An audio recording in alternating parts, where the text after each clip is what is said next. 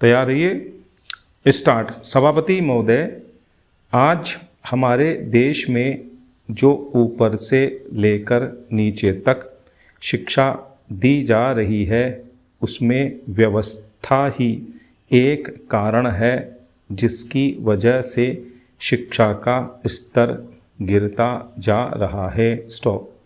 मेरा अपना विचार है कि जो शिक्षा प्रणाली है और जिस रूप में शिक्षा दी जा रही है वही अनुशासनहीनता का भी कारण है। स्टॉप।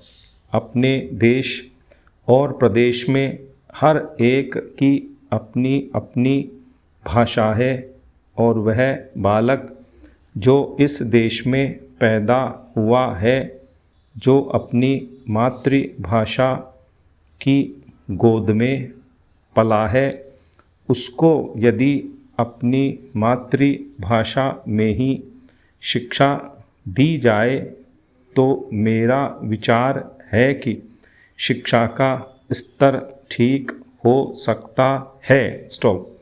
जो सबसे बड़ी भूल और कमी सरकार के द्वारा दी जाने वाली शिक्षा के संबंध में हो रही है वह यह है कि बालक की मातृभाषा में शिक्षा न देकर उसको उस भाषा में शिक्षा देने की व्यवस्था की गई है जो हमारे देश या प्रदेश की भाषा कभी रही ही नहीं। स्टॉप।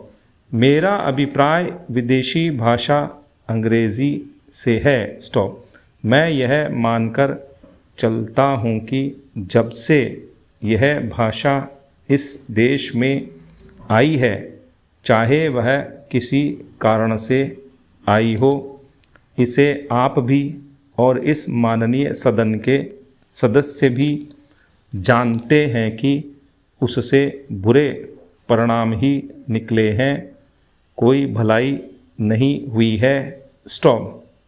इस देश को जो हानि हुई है वह किसी से छिपी नहीं है। स्टॉप। हम देख रहे हैं कि हमारे यहाँ जितना फैशन बढ़ रहा है और जितनी वेशभूषा बिगड़ रही है वह सब अंग्रेजी भाषा के ही कारण है। स्टॉप। पैरा।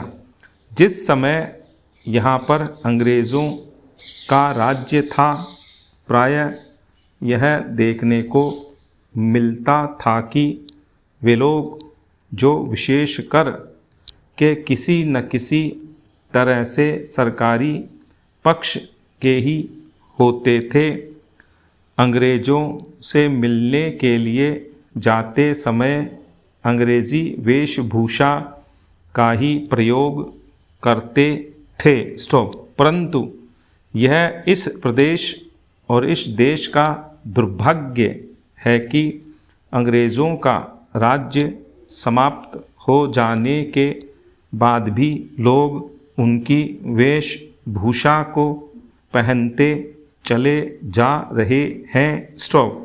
इससे जो प्रभाव हमारे देश के फैशन पर पड़ा उससे लाभ के बजाय हानि ही हुई है और हो भी रही है। स्टॉप।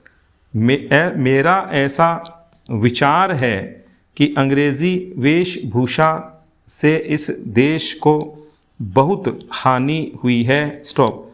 भारत की गौरवपूर्ण सभ्यता और संस्कृति के संरक्षण पर पर्याप्त ध्यान देने की आवश्यकता है। स्टॉप।